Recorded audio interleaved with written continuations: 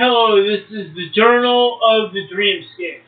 I am your host, Joseph Evaldi, and I am with... Ricky Bearhard here, folks. Yes, this is Joseph Evaldi, and we're going to be doing a brand new show. It's going to be a little bit about dreams. It's going to be about dream interpretation, and it's going to discuss some of the dreams that I've had when about 10 years ago, roughly. So it should be an interesting show. And also another ingredient in the show, I'm going to introduce some of what I recall from my meditation space. Sounds cool, man. So, Ricky, introduce your credentials for being in the show for those who didn't listen to Get Dialogue. Well, I study consciousness and specifically the whole concept of dreams, wakefulness to sleep, wakefulness to sleep, what that does to us, the biological necessity of dreams, and the different types of dreams, lucid dreams, cyclical dreams, false awakenings, deja vu. And I'm one that believes there's a correlation between deja vu and prescient dreams, which are the rarest ones of all. So, I have a thing with dream interpretation, and for this particular show, I'm consulting a book by Gustavus Hinman Miller, 10,000 Dreams Interpreted, or What's in a Dream. It was published about 100 years ago. So, we'll take a look at Joe's dreams and see what we see. Let's enter into the dreamscape as I take my dreams away. Here is the first dream that I will mention. And the date is July 31st, 2009, and it was recorded at 11:20 a.m. It's cool, it's dated. Now, in the dream, it was showing me and somebody else. Somebody was showing me and somebody else to do something right away. Then Glenn... Do something? Do something. What's something? You don't have any... I'll get to that. Gotcha. Now, for namesake, I'm going to call him Glenn. Very well. Glenn told another guy that something had to be done a certain way. And in order for that to work, it was putting such wood, iron in the wall and placing it in the basement so it was aligned. Now let me please clarify. Yeah. You know those Allen wrenches? Like, you know, the one with the 4 or with the 6 ends to it? Like, kind of like that's shaped in an L? Mm-hmm. It was only that, but it was big and it was wood. And 3 of them had to be placed in the wall in a line in order for something to work. And what needed to be placed in a line? I'm sorry. It was, you know, those tools that shaped like an L that had 6. So you're hanging Allen wrenches in a basement? Not just small Allen wrenches. I'm talking about large wood size Allen wrenches. But they were made of metal. They were made of wood.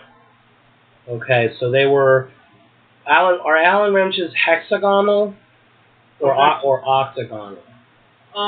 They're six-sided. Yeah, so you saw six-sided dowelings like posts or staves that are six-sided.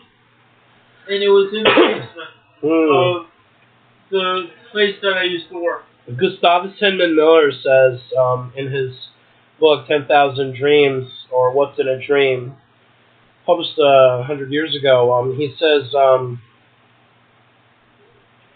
to dream that you are in a basement foretells that you will see prosperous opportunities abating, and with them, pleasure will dwindle into trouble and care. Wow. And he also says to see cellar, which I'm going to try to follow up on that as well. Because it's like, I don't know, I'm taking this one from Out of Time, you know. This is an older book, but it's just interesting to hear what they used to think, how they used to interpret dreams. This is Cellar, which he saw to reference. To dream of being in a cold, damp cellar, you'll be oppressed by doubts. What kind of cellar was it? Do you remember? It was... I mean, it sounds like the detail is absent. It was a work basement. It was a work, basement. It had, TV in it, couches. So it was a finished basement. It was a finished basement, yes. So it's not at all cold or damp.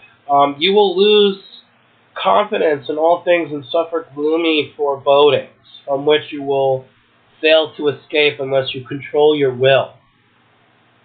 Wow. You told me about that time in your life, so that's an interesting situation. It also indicates loss of property.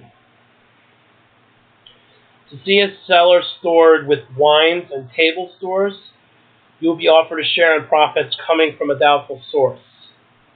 If a young woman dreams of this, she will have an offer of marriage from a speculator or gambler, which is very specific that they would offer that up.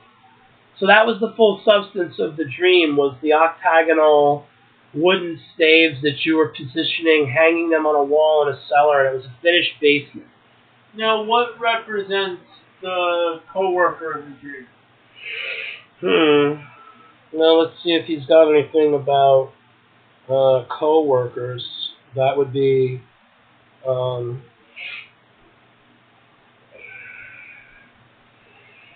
that would be a way to reference it.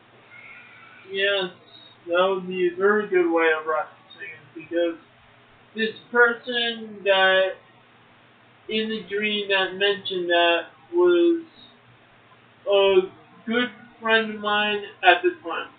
Yeah, we have nothing on co-workers. And I don't know where else to go as far as referencing that. The octagonal stabs are certainly an interesting, there's certainly an interesting facet of that dream. Yeah. So, what's next on the itinerary there, the dream journal? Well, I mentioned one dream, and I think this is the pattern that I'm going to go on. I'm going to do one dream, one meditation, one dream. That sounds good. Probably plug after the meditation. Plug after the meditation. He doesn't analyze his meditation, so I won't bother going into his work for that. I'll just listen to your account because it's interesting to me, you know. Okay, when I had this dream, also the same day, same night I should say, July 31st, 2009, 12:15 a.m. to 12:37 a.m. I talked to Okin, which I thought said Odin, who mentioned about how our turmoils we fight bring chaos to the universe. He says that he evolved into light, and that is our ambition we want to become. He says the way we believe determines on where we will go, and we will stay in the lower realms, causing negative effects on our world.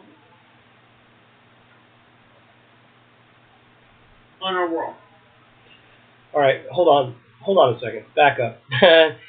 Did you just say you were meditating and you encountered an entity which it called itself Okin, but you said that you thought it was Odin? Yeah. And you're referring to Odin, the Norse god? Yeah. He's a bit of a dreamer, too, to my understanding. Now, you're saying that you heard him tell you all that stuff in your meditation, word for word like that? Mm-hmm.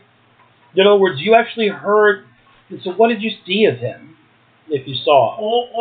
This is... And what did you hear of him if you heard? From what I remember of the meditation. Uh-huh. It was in the sky. I saw stars. Where were you meditating? In my room. So you were in your room, and all of a sudden this skyscape opened up before you in your third eye. Yeah. Like, go on. I don't mean to interrupt, but I saw, for the purposes of clarity, I want to ask questions for myself as well as the audience. I saw stars, and I saw two figures in the dream. One was a female figure, but it was more of a... It was a light figure, like, a ball of light. And then the other was a male figure, but more of a ball of light. You say these things so matter-of-factly. You must forgive my ignorance. By ball of light, you mean what? How are you... With your eyes closed in the sky, with a background of stars. Yeah. And other stellar or celestial presences, like bodies in motion. All of a sudden, you see two balls of light form in that mental sky, which is in your third eye. Your body is in your room, and you're entering a meditative state. And all of a sudden, in your third eye, the sky opens up there, and you see two orbs of light. And somehow you recognize them to be, one of them is female, and the other one is a being that says, "Oh, my name's Okin," and you're saying Odin. That it said that it was Odin. Yeah. And these balls of light translate this to you with some sort of clairvoyance, because they're just balls of light, so you can't know what they are. You're being informed somehow. Yes. Now, you know he's Odin. Like, how do you know that he's Odin? What did you see of Odin, and what did you see of the female? See, what I felt was in doubt that it was. Like, I had that feeling in the gut. Doubt? What sort of doubt? Like, it's like they're saying they're this being, but how could I trust that being? Well, trust is very difficult when... I mean, first of all, what is the original Odin to begin with? No one knows exactly, but the point is they came to you in orbs, and there's a lot of people that say that spirits come around in that form.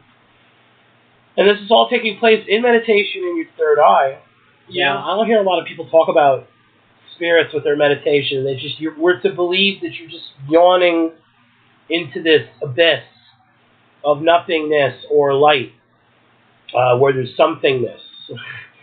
But I've never heard anybody go, I saw balls of light that turned into entities that were telling me stuff. The female didn't say anything?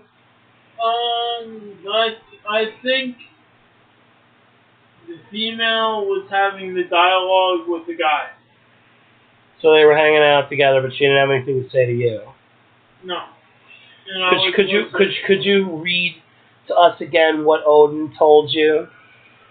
He says that he evolved into the light, and that it is our ambition we want to become. He says the way we believe determines on where we will go, and will stay in the lower realms, causing negative effects on our